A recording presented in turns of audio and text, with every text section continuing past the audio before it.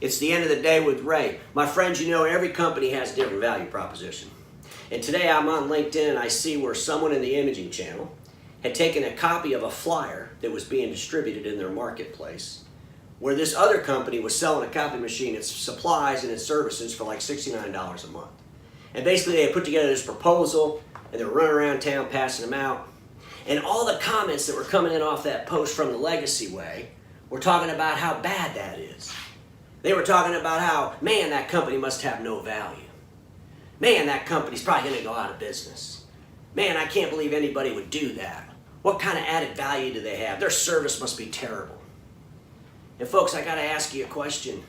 How do you know that that's not a great marketing strategy? Because you're not thinking that way. So let's stretch some market realities. We know that in the marketplace today, there's millions and millions of oversold A3s in the hallway next to the water fountains that are doing 3,000 to 5,000 pages a month. And we know those same accounts maybe have 2 or 3 printers. There's millions of these accounts across the market. Maybe this company's just figured out, you know what, I don't want to go after that complicated hard stuff anymore. I just want to replace these oversold A3s with A4s. I'm going to come up with a strategy. I'm going to put a flyer together and see if anybody calls me. But here's something the customers that get those flyers might be thinking. Man, this company really has some value. I can't believe I can replace that oversold A3 with this A4 for, $69 a month. I don't have to call in a bunch of sales reps and have them tell me how much I'm missing out on or how much value they're going to bring me. I just want to make a copy and a print until I don't need to do it anymore. That's all I want. So maybe that customer sees this flyer guy's or gal's company as a better value. But the old way, a lot of times they can't comprehend that. They can't comprehend how could that be a better value? Because we do all this other stuff.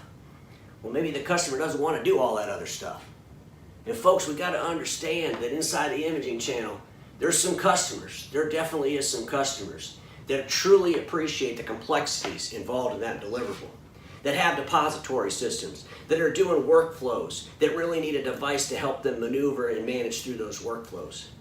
But my friends, there's millions and millions of customers that have an oversold A3 sitting in the hallway by the water fountain that are just waiting for a better way to get one, that are just waiting for a less complicated deliverable.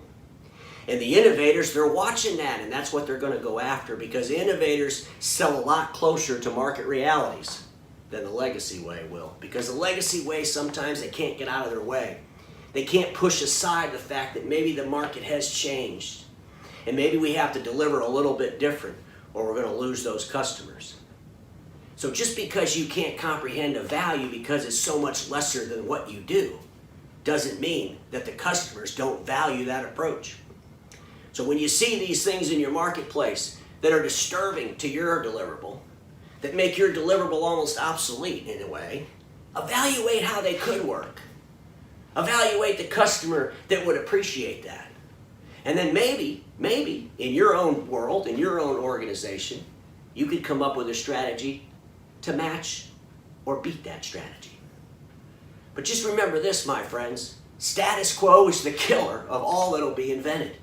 Don't get stuck in status quo, and have a great evening, my friends.